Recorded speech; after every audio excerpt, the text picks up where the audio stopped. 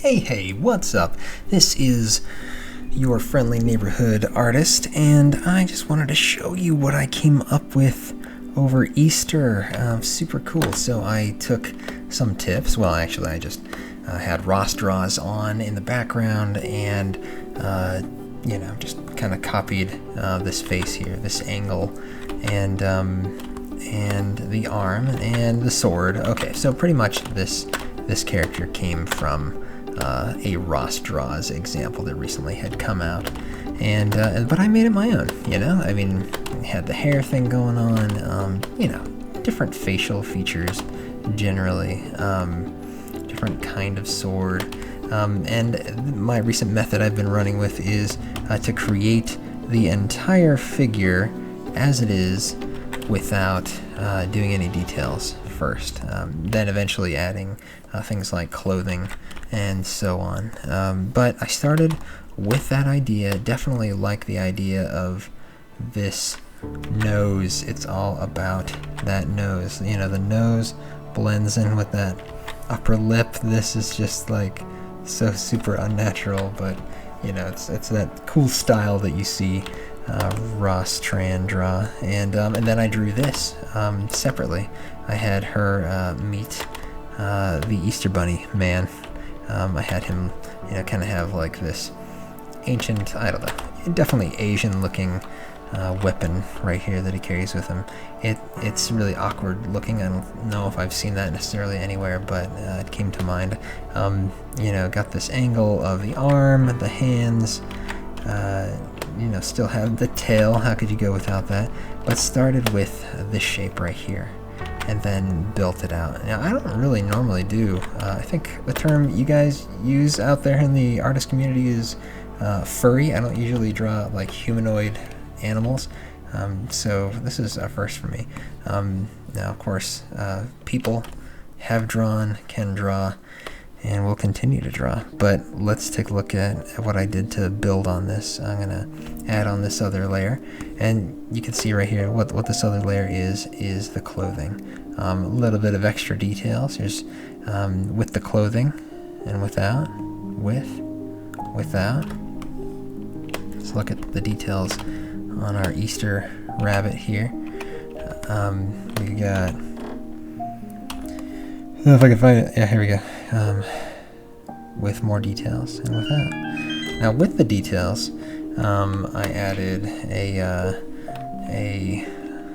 covering here, straps around the back, and that's a very Asian style undergarment right there, or just what they wear normally out in public sometimes in ancient Japan. And the backpack carrying these very, very large eggs, which I thought was exciting. I definitely wanted to give him more texture. This kind of like a beard, maybe even a mustache here, and just some general furry, fuzzy scruffiness. That comes a little bit visible here, and turned out pretty cool. I really liked him a lot. I think it's awesome. Let's go check out what's going on here. Kimono, right?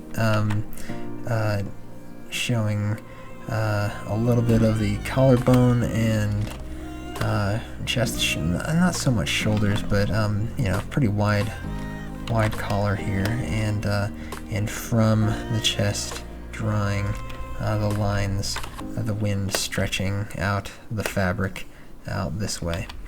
The hair blowing with it, not too much up here, but because these are long, light, and flowy, they move a little bit easier than the rest. So you can tell, her hair isn't completely blown off, but it's just that she's wearing something that is very lightweight. And so let's continue on from there. I did this little thing, which was kind of a maddening little experiment, but that I had drawn all these lines in just straight lines like this, and then like this. I should have just done this, but I wanted to figure out how I'd seen someone else do this, where they copy the vertical lines and just turn them And so I did, and then I used the warp tool and warped them, so it looks kind of like they're a net, which is fine. I guess that turned out okay. Not too thrilled with that, but anyway. And of course, after the net, I went on to begin coloring. And to color, I wasn't too super concerned about staying in the lines and that sort of thing. Whoop. But I tried my best to stay in the lines. When it comes to the hair, I didn't worry too much about that. Even around the face, maybe a little bit. Around the hand, I didn't worry about staying in these lines here. But, you know, I covered the entire area with a medium shadow and then added a darker shadow. So I did my shade, and this turned out really good. I really love how the light fell on the face, you know. If anything, the light is following this area, and that's pretty fun. Seeing where it's hitting her in this direction. Shaded here, shaded under here, shaded under the nose, of course, and him as well. I kept that fairly consistent. You know, the light was coming in that direction, and he was shaded all under there. Let's add one more layer. I did the highlights, so that was cool. That added some dimension. That was nice. Let's take a look up at her, see what that does. Yeah, that really changed things, you know. Definitely needed the highlights on the top of the hands and the arms.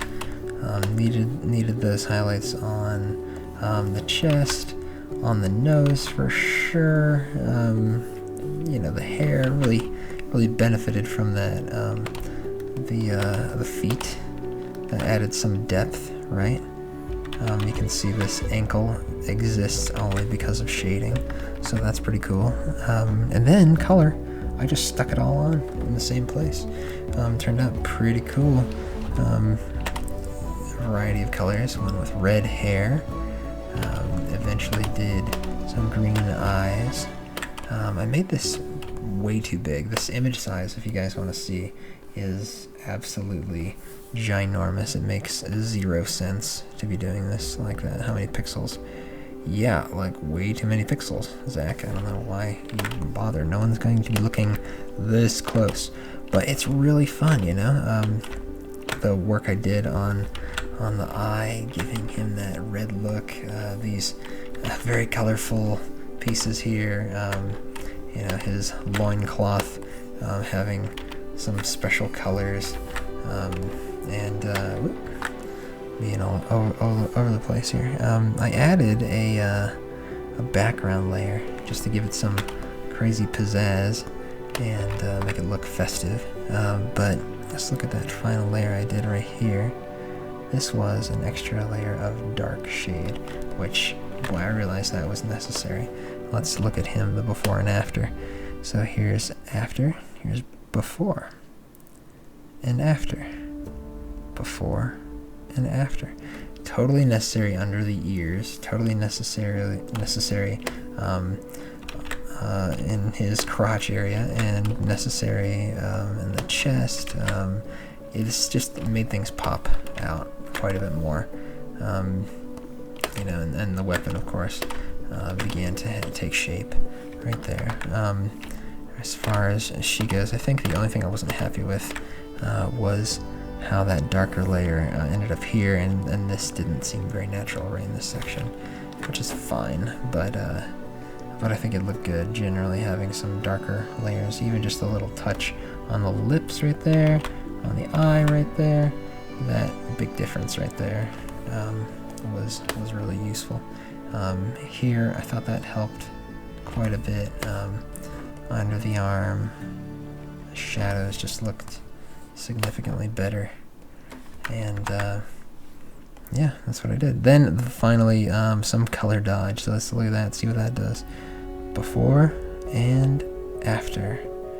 Definitely kind of glowy, did not seclude it to any pixel locked layer, just let it fall over top of it.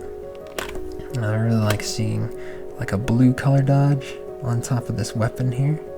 That just looks nice. I feel like you really needed that for these eggs. That was good.